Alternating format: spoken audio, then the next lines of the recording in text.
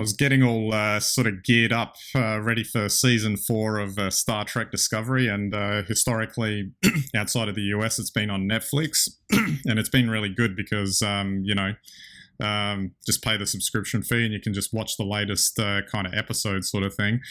And much to my dismay, if you want to call it, like 1 week out, Netflix does a deal with Paramount. Paramount buys out Netflix's stake in Star Trek Discovery for some undisclosed amount. And the whole show just disappears off Netflix, and now the only legitimate way to get it is to subscribe to Paramount Plus and, watch it that way. And I was like, oh, here we go. And I thought, we've discussed this sort of thing before, this idea of too many streaming services, and obviously these studios, if you want to call Netflix a studio as well, however you want to call it, are flexing their brand muscle to, entice people to spend money on the subscription fee so you can, get their service. But the reality is that, maybe you can, justify 2 of these things or 3 of these things maybe, but I think we're getting up to like half a dozen, if not more, of these services, and they all have some sort of exclusive content that we all want, to watch or whatever. And it's just, I don't know, I just, like, to me as the viewer, it's kind of like an off-putting thing. I want to watch this show, but it's like, nah, maybe I won't. I don't want to pay the extra fee to get the other thing just for that. And I just wonder how that's going to play out. I'm talking about just myself. I can imagine that there might be some other people that might have been annoyed by that.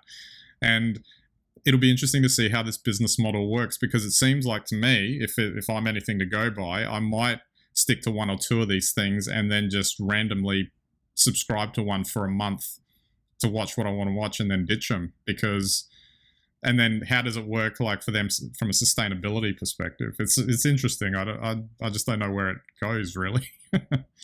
Well, Google Film still has pay-per-view on them, and I think there's a few other services. But let's face it, there's Apple TV, there's Netflix, there's Paramount, there's Disney.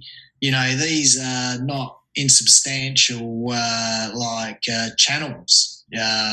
And we spoke about this years ago when Netflix really came into its ascendancy, and the studio model hadn't really seen the power of these on-demand platforms, these subscription platforms.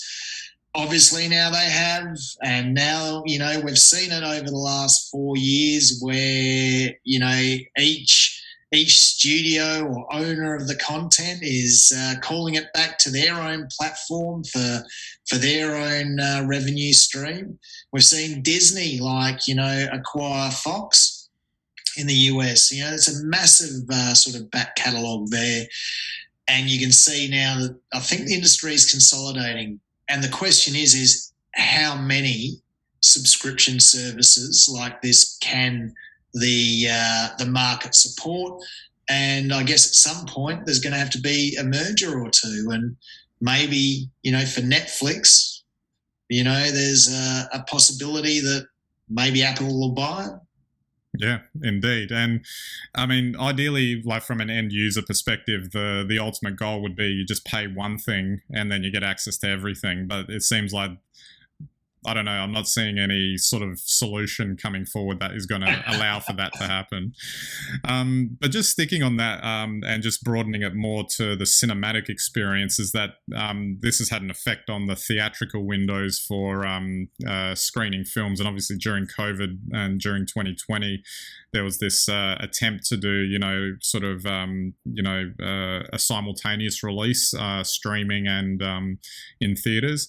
Now there seems to be some settling in around, maybe it might only be a 45-day theatrical window, which is extremely short compared to yesteryear, and it really just sort of indicates that the studio is going to recoup all its money within the first week anyway, so anything after that is probably just icing on top of the cake kind of thing, which is maybe why they're shortening it down. But interestingly, again, speaking as a viewer, if it's only going to be 45 days, why do I have to go out on the first day to watch it? I'll just wait the 45 days.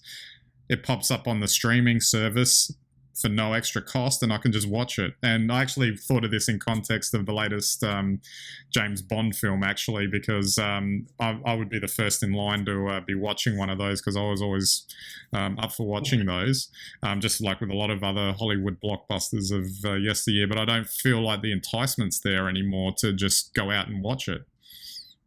It's a good point you're making, Ben. I mean, there'll be some very clever people with sharp pencils at the studios who would have thought about this. As we know, that in the cinema, the studio has to split 50% of the revenue with the exhibitor. So, there's money for the cinema, but that half, which could be $9 or $10, that's coming back to the studio is a whole month's subscription for watching one film. So they're looking at the best of both worlds. Somebody's decided that 45 days is the magic break-even point, or the optimized point.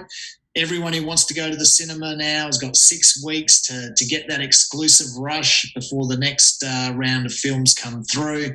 And then it goes back as a very valuable current catalogue feature on the streaming service that might get an extra month's subscription, or 2 or 3. So don't worry, this has been calculated, and someone's worked it out, I'm sure. And it's certainly a very different entertainment experience, I guess, for like people like us, having grown up in a very different environment where that was the thing. It was like the high level sort of uber exciting version of experiencing the content. And now it seems like the business model has made it so that it's not really too different from watching it in any other way. We all remember waiting 12 months for it to come out on VHS. Absolutely.